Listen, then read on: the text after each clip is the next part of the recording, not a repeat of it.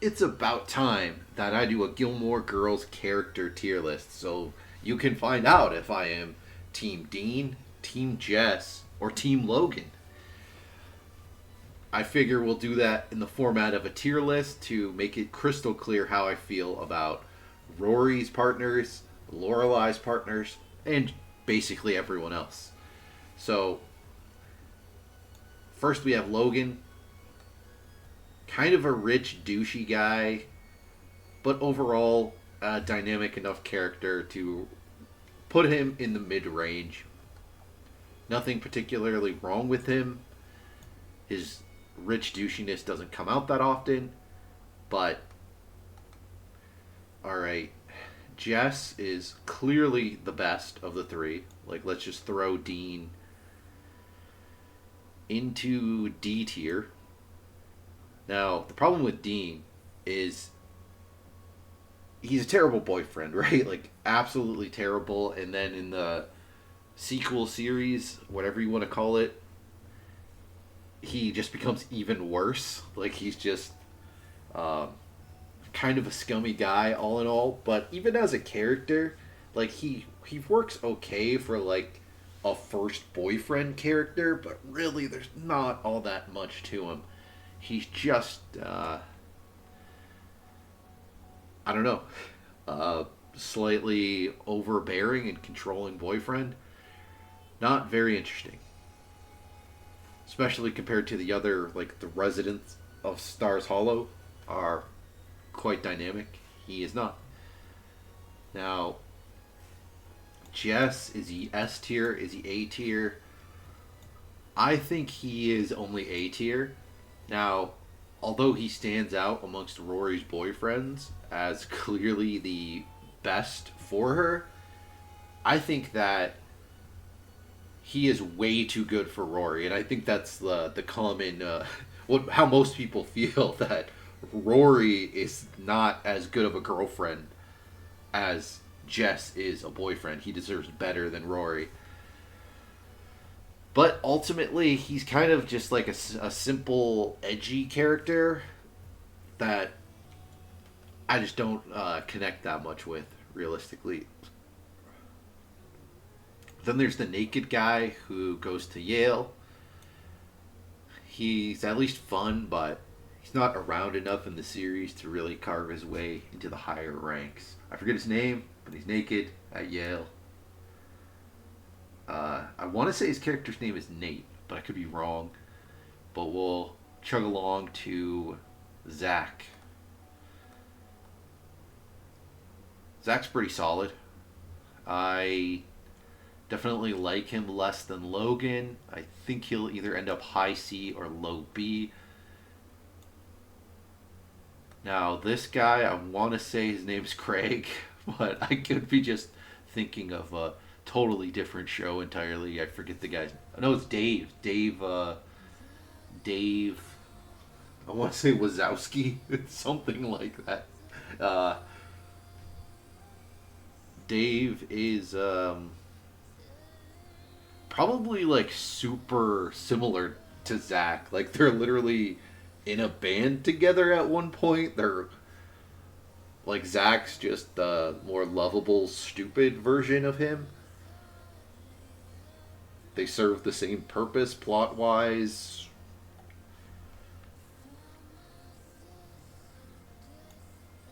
We got Tristan, who's definitely he's only in like the first season or first two seasons, I guess. Paris has a crush on him. It really sucks that in the like revival that he's only there for like a moment. I wanted to at least have some sort of character development for him, but we just don't get that. But I, at the end of the day, he's at least a more like mysterious and interesting scumbag than Dean. Not saying that that necessarily is why I'm ranking him above, but at least there's like some kind of intrigue to the character. Whereas Dean's just kind of like a small town simpleton basic boyfriend character that you kind of you want to see less of. Christopher. We'll go through Lorelai's main dating partners. Um, in this list, this is all of the characters that it has. It doesn't have, it's not the most extensive tier list, but you really get into obscurity with more. There's lists with like 100 characters, but even this one, arguably, there's people in there where it is who gives a crap about them. So Max, the shortest boyfriend that Lorelai has in the series, solid, interesting.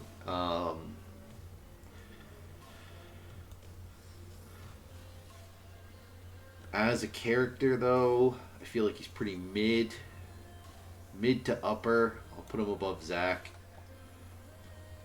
Then we have Chris and Luke. Chris, he's just his character lacks that like one thing. Like I feel like if they even like one more attribute, it would allow him to stand out as a character.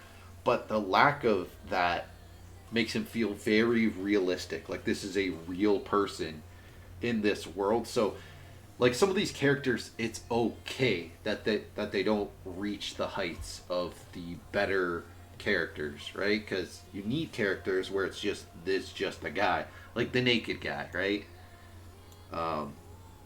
He's just naked, you know. He's just a dude who Rory goes to college with and like dates for a short time, if I remember correctly.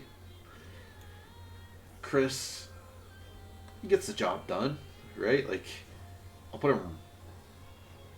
He's in way more of the series than Max, and it does frustrate me how, like, I feel like Chris is underdeveloped, but at the same time, in the final season, I hate that he's even in the show. I feel like they needed to develop him, but not have him date Lorelai. And it's kind of easy to do that, but the only way you can develop him in a final season would be to have him interacting more with Rory, but then you'd be pulling away from the Rory and Logan stuff. And I feel like a lot of the Rory and Logan stuff in the final season sort of doesn't work either. And you need more development of Rory's love life, so you need there to be some Logan plot in there, but you also kind of need like a resolution to that. So it's very complicated. We need less Logan, but we definitely need some Logan, but we need different Logan to make room for Chris. Which sounds crazy, but having some like Chris and Rory development would have really helped to just add more to Chris's character, who is sorely lacking in the series in a way that once you watch the entire series, it just feels bizarre. Especially with what happens in the final season with him. Now, Luke, just one of the overall best characters, clearly S tier. Even beyond him being the like main love interest of Lorelai, he feels like very real, even in the ridiculous moments. A lot going on with this character. Just consistently good. Just, you know, not only is he clearly the best love interest for Lorelai, he's just overall often the straight man to all of the other characters, right? Not only like Kirk or like Suki and Jackson, some of the more like outrageous characters, but Lorelai and Rory. Often Luke is the straight man to them. He is the straightest. I forget her name, but she's the one who gets married to Dean. Dean then cheats on her. I don't know why I can't remember the character's name, but she serves like a purpose, just not enough of a purpose in the show So you can't rate her high at all. So low C, less, uh, far less impactful than Tristan. Mitchum Huntsberger, bizarrely just a absolute dickhead to a crazy level. Um, like that's just not one of the most unrealistic characters of the entire series. Um, like yeah, there are people who would be rude enough to say what he says to Rory when Rory's like interning at the paper, but normally when people do that, they get to the point of like undoing that, right? Like it's a back and forth. It's not just so absolute like bullheaded, right? It doesn't really make a lot of sense. So he's probably it doesn't take like all that much away from the overall series. So I got to put him lower than Dean, but I don't think I can put him in F. I forget what her name is, Mimsy or whatever. There's like Madison and somebody else, and she's the somebody else. And for just like a tertiary character, or is it Madeline? I think it's Madeline and whoever the hell she is. But anyway, there's not the blonde girl. There's just her, the friend of Rory and Paris. They're pretty cool. Like again, tertiary friends of one of the main characters. They service the plot just fine, despite like not their name not being the most memorable and them not being in very much of the show. Now this is Christopher's wife. I forget if they get married. Pretty sure they do. Sherry. I want to say her name's Sherry. Christopher has a child with her. But then she takes off. Does he have a child with her? Or did she have previously like have a child? It like doesn't come into play. Or like you only have like Christopher. Yeah, Gigi, right? Like he has the child. They have a child, Gigi. Who I guess you do like see in the show. It's so like inconsequential. She's doesn't again. There's just not room for in the time frame of the show for her character to even matter. So you just don't even get a chance to stand out. And when you do, you don't. Babette. Babette's awesome. Like, just this. She's going at S. Probably going to end up low S, but she's Babette. I mean, who doesn't love Babette? Crazy neighbor. I mean, there's just not much else to say. She's funny. She fits into the world really well. Miss Patty. Miss Patty's great.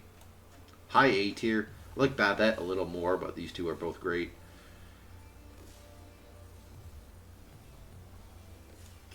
Lane. Also S tier. Probably here with ahead of Babette. Lane is interesting, relatable, solid character. Underrated. Kirk, absolute S tier. Is he number one or number two? I don't know.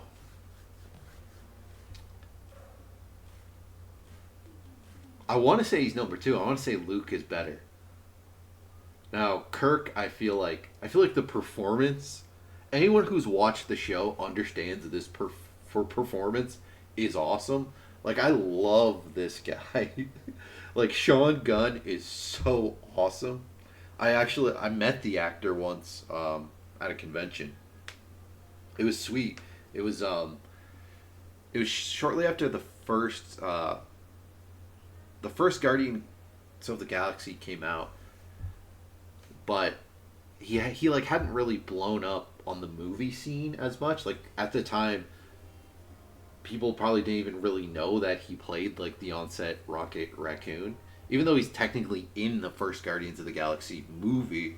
In the second and third one, he like more so is an actual character, right? Like he's not just like a background character, right? And he gets like he takes over for like Yondu in theory or whatever, with like the mohawk and the arrow. But that happens in the second movie, so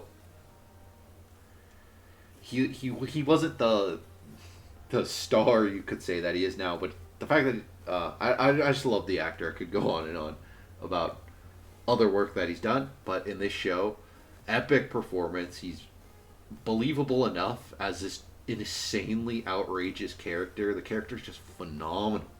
Just adds so much comedy and zaniness to the show that like so many times in the show what Kirk is doing shouldn't work. It should just take you out of this reality, this, willing suspension of disbelief that the show is like providing. It should just rip you right out of the show, but it doesn't, because just like the actor does a really good job of portraying a kind of crazy guy, and I freaking love it. Now, the problem is that the Luke character is like perfect. um, that's just in the face of absolute perfection. Kirk is maybe not that, but he's close and he's freaking incredible. Suki, I watched this show. I want to say around 2019, 2018. Uh, so I like had a bad impression of Melissa McCarthy before watching this show, but she's great in this show. Suki's great.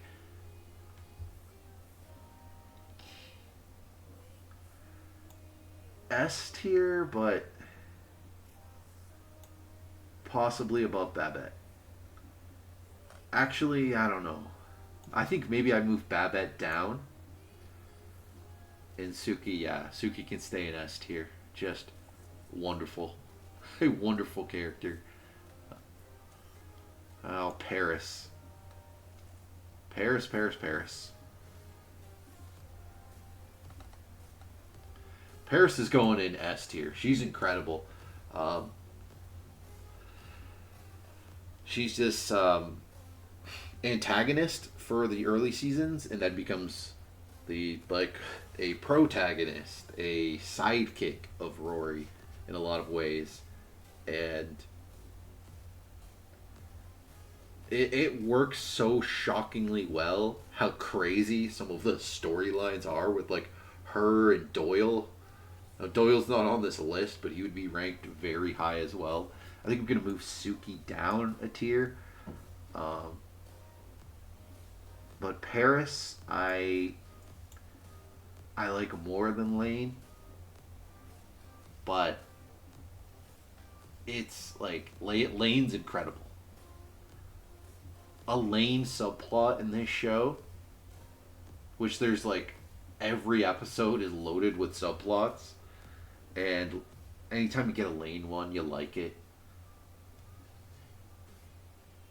Anytime you get a Luke Kirk subplot, you love it. Anytime you get a Paris subplot, most of the time you love it.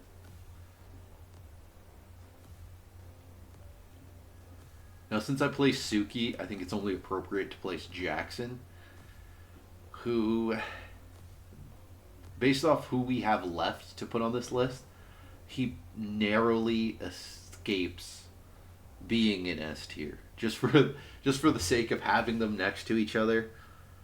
I freaking love Jackson. I think he works perfectly. To have like a secondary character like Suki, and then have her have a love interest, and it work just absolutely perfectly is not an easy thing to do in a show. But I feel like Jackson just adds so much. His character's funny, and um, even when he has like conflict, it's funny. Just a great character. I'm struggling to remember her name. I'm sure if I think about it, I would remember her name. But Luke's daughter. Oh God, what the hell is her name? How do I like? I feel like it's just on the edge of my mind, being able to bust it out. But she's fine.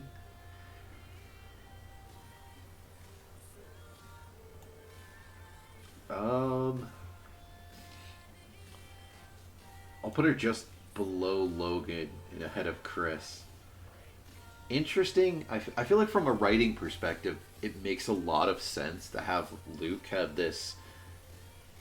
If you're gonna have him have an unexpected child out of nowhere to create like all kinds of conflict in your plot, it makes sense that if that's what the character's entire purpose serves, to have her also be like the opposite of Luke, because then it just creates yet another form of tension and conflict for the plot to unfold upon, and it works totally fine. Michel, F tier. He's overly French, and that's just distracting. It's I don't know what they're going for with the character at all. I don't like the character. I don't like really anything about the character. He's just this like overly flamboyant, impossibly French stereotype character. I just don't see why the character even exists at all. Yeah, like he's just there to annoy Suki and Lorelai, but I don't know why you wouldn't just have him be like toned down a little bit. Um, in a show where you already have characters like Suki, Jackson, Babette, Miss Patty, Kirk, these over the top, exaggerated characters. Um, Even Paris, like realistically, like doesn't Paris show up in the first season? Um, you have these characters that sort of flirt with the edge of being not believable in how exaggerated their their distinct personality trait sticks out. So I don't know why you would flirt, why you would like walk along that line and even cross that line with this absolutely unimportant to the story character. It makes no sense. I don't like the character. It is what it is. Now, Mrs. Kim is awesome. Blunt to the point. Intense. Really an example of, yes, this type of person does exist. This is she's the you compare her to Mitchum Huntsberger, right down here. Mitchum Huntsberger feels like he's a little too much, like they went too far with it. And I'm just gonna put Mitchum right down to F. Honestly, I feel like he also doesn't work because it's just they just went too far with it. Now Mitchum though, in personality, he's abrasive, intense. So is Mrs. Kim, but it's to a much lesser extent. It's much more believable. It makes sense, right? Like, because Mrs. Kim has a like teenage daughter, whereas Mitchum has an adult daughter who's like married, so he doesn't even really have to like worry about her, and then an adult son who's like, you know, doing just fine, right? Like Logan is an intelligent, educated, hardworking dude. Like there's no reason for Mitchum to have a stick up his ass towards Logan or like in general, but he just has like the most severe stick up his butt, and we never even remotely like find out why. It just never gets any development. Um, Whereas like Mrs. Kim, you don't even need that development. She's uh, she's just a person that would exist in real life. So she's got to go A tier. I'm just not sure where exactly. I'm definitely around Jess. Probably ahead of Jess. As much as I like Jess, his character is very straightforward. He's intelligent. He's a troublemaker with a heart of gold. But the amount of time that he's actually in the show is very short.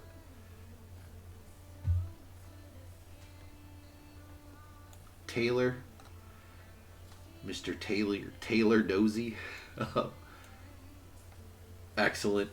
Just such a he is over the top, right? Like his level of just boobery, I guess, being a uh, like a hokey ass mayor. It it so often tickles that edge of believability, but it doesn't cross it very often. And when it does, it like makes up for it. They at least make up for it. So I think right there works perfectly fine. Low B tier for Taylor. We got old Pops, Grandpapa Gilmore. Uh, Richard Gilmore can go. I feel like he's so much less developed in the show than Emily is.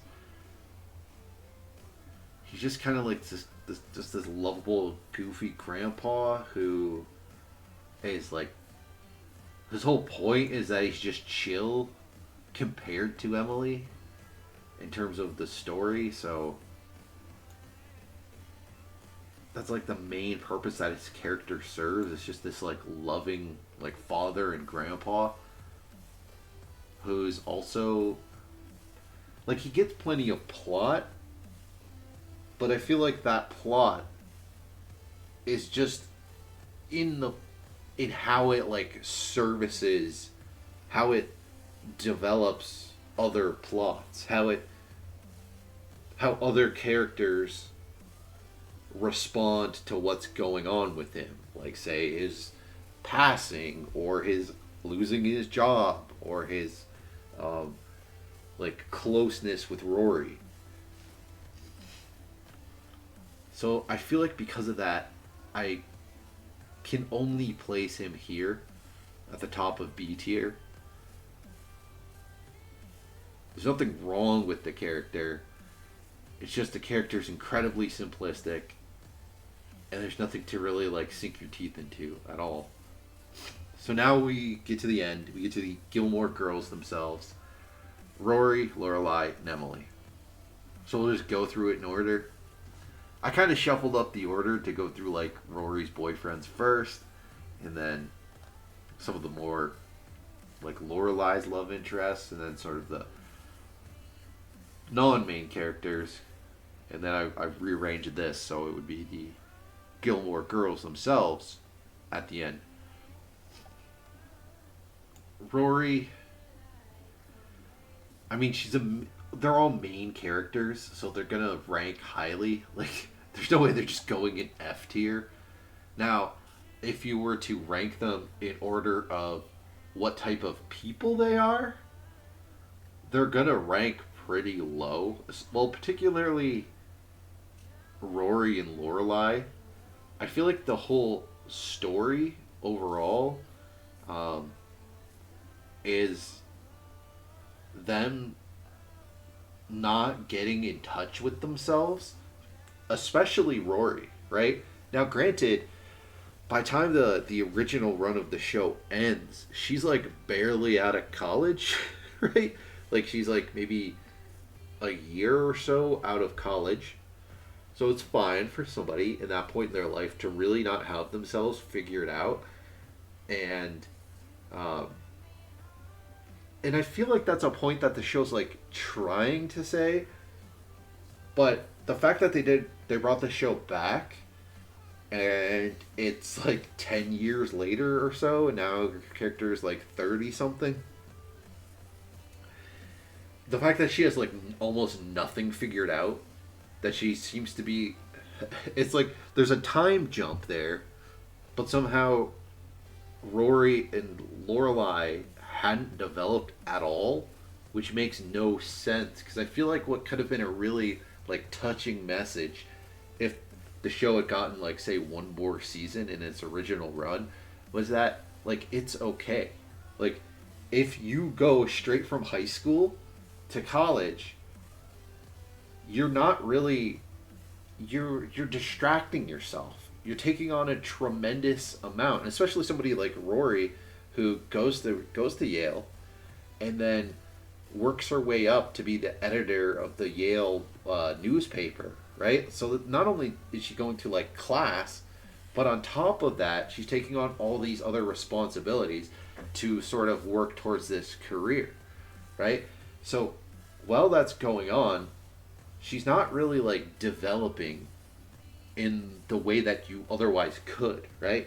Because say somebody like Zach, for example, right? Character is the same age, I think, or roughly the same age. Say somebody like Zach. His character, he works wherever the hell he works. I forget what his character does. So Zach, or yeah, Zach. He's in a band and stuff. He has a hobby, but he goes to work, and that's it. When you're just out of high school, if you're going to college, you're moving, you're, working at this paper, you're doing all this other stuff, you have all kinds of shite going on, you're visiting your grandparents like every Friday.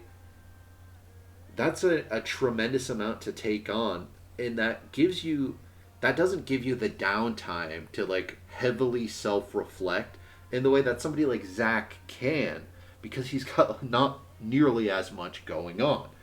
Do you know what I mean?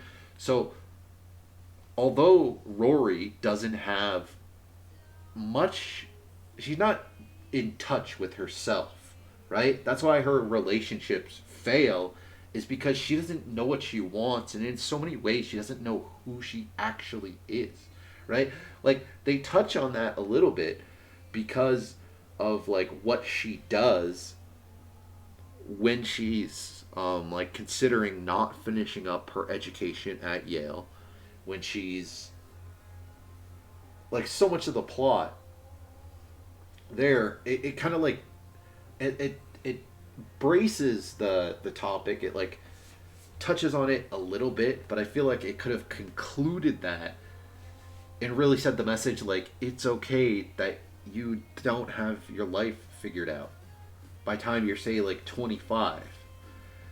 But then if you jump forward 10 years and somebody has not figured out anything about themselves, that's weird. That makes no sense. That's like not possible because you will have had some downtime in that like decade. So that's a major like character flaw with Rory is that the main issue that she's having throughout this entire series, it genuinely never gets concluded.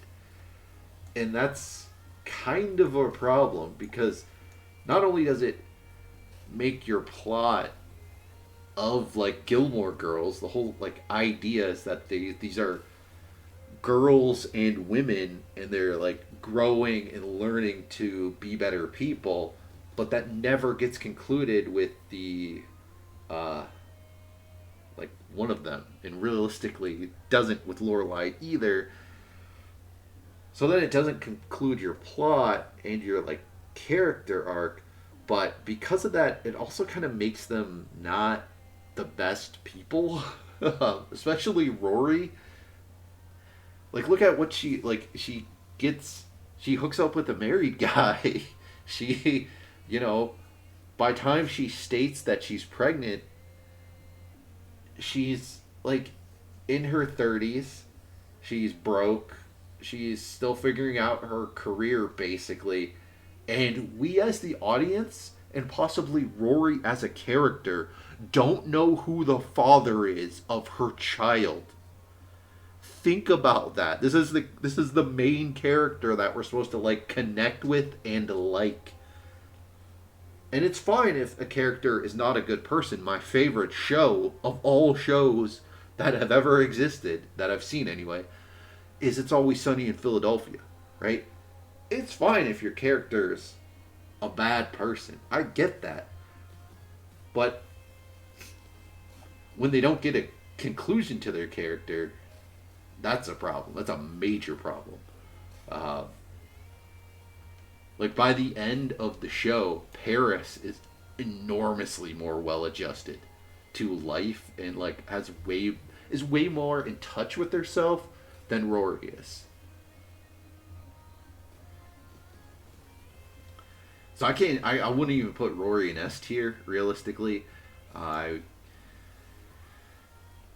I think I will put her right here. Which for like a main character, my goodness, that's actually like incredibly low. Lorelai, I feel like unfortunately the writers of the show they just made a couple of major fumbles with this character. So in the final season of the original run, she just gets back with Chris, and it feels forced and stupid, and it doesn't work. Like, what were they thinking? I think they like had to rush a bunch of plot. I think what they thought was they were going to get several more seasons or something. So they were like, "Oh crap! Well, what do we do? Have her get back with Chris." But then it's like, "Oh no, we're actually not getting. We're actually done at the end of this season." So it's like, "Oh well, we can't have her end with Chris. This is no good." I don't know how it happened, but that is just such a slaughtering of the character arc of Lorelai. Oh my god! And then in the when they bring the show back, what are they doing? What the hell are they doing? It's like, oh well, we'll have her like sort semi split up with Luke for a little bit because we need some kind of development of her and Luke, and conflict is the only way we can do that. And like, it's strange. It's unnecessary. It's overall though. I feel like she's a more interesting main character than Rory.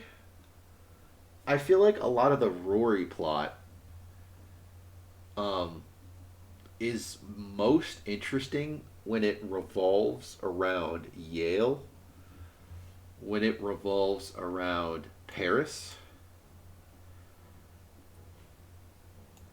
Whereas Lorelai more so, she's more of a chameleon. She's more of a part of Stars Hollow. I mean, she's just like physically there more than Rory is. and she's just more relatable, and she doesn't like scumbag everyone. Like I can look past that crappy like, because really it's just that subplot, or that I guess sort of main plot really. It takes away a lot in that final season, but it doesn't like take away enough from the character overall. It's just kind of like a dumb thing that happens, but the character overall, I can't put her as high as like Suki and Jackson, but I can put her in A tier. And I feel like there's a huge gap here between Miss Patty and Rory that I can't express well enough on this sort of chart, this sort of tier list, which is very top heavy, but it's a show that I really like, right? Like if I'm making a tier list, if this is something that a show that I really like, there's probably going to be a lot of characters that I really freaking like. And realistically, if this was all of the characters, there would be a bunch in C tier. This C and D tier would be loaded with characters, right? There would be like 100 of them. But I don't think I would add a single character outside of who I have in this S tier in S tier. Now, granted, if there was 100 characters, then I would probably sneak Jackson and Suki into S tier, but that'd be it. That would be it. So this would actually be a lot more bottom heavy if you were to include minor characters. Emily. So when I watched the sequel series, whatever it was, the Year in the Life, most hyped, right, is when Emily shows up and when Paris shows up. These characters are phenomenal. They're great. They're absolutely great. I like Paris a little bit more. She's absolutely neurotic and intense. Emily is super intense and probably more like relatable and realistic, despite her being this like rich old woman. She is just uh, somebody who definitely, if you watch the show more than one time, you just become a lot more sympathetic, right? Because when you watch it the first time, it takes a while before Rory kind of does like scumbag stuff to the her boyfriends, right? The stuff that makes her unlikable doesn't happen until deep into the show. So early on in the show, you're a lot more sympathetic with Rory and Lorelai than you rightfully should be. You just don't understand enough about the other characters, right? But in context of who they sort of become and what you learn about those characters, the people that those characters are, you become more sympathetic towards Emily Gilmore, who really then just kind of becomes more and more likable on a rewatch. Like, Emily Gilmore is one of my favorites, one of the best characters. And anyone I've talked to who's a fan of this show, also really the standouts of A Year in the Life was Paris and Emily. Like, there's no ifs, ands, or buts about that. I feel like people definitely and understandably are iffy on Kirk. Like, somebody could easily, I could understand if somebody was to make a tier list and they put like Kirk much lower. I could understand why. I just don't feel that way at all. Because his character really, really, I would say, like Taylor Dozy, constantly walks on the edge of believability, and he does cross it, right? But the reason that he crosses it a lot of the time is because of the vastness of the way of just the things they have him do in this show. They have this guy do everything, right? So if you've never encountered a rando short film, you would think that the random short film that he makes is just too insane to ever actually exist. But if you have encountered that, you would be like, "Oh, that totally makes sense, right? This totally is like what this character would make. This fits perfectly." But somebody else would be like, "Oh, well, this totally takes me out of it." I could understand that. So yeah, we got Luke, Kirk, Paris, Emily, Lane, and then yeah, Mitchum and Michelle. Michelle. I don't I don't get like Mitchum. I at least understand why they include him. It just doesn't work. It's too exaggeratory, right? But at least it like serves a function. There's plot reasons for him to be there. But Michelle, the cook that works at Luke's diner, right? I forget the guy. He's like a overweight Hispanic guy. He serves the same function as Michelle, but does it with like without a crazy accent that I feel like it's not I feel like the actor probably might genuinely have that accent, but it's bizarre. It is unbelievably distracting in a show that you just can't have this town full of these lunatics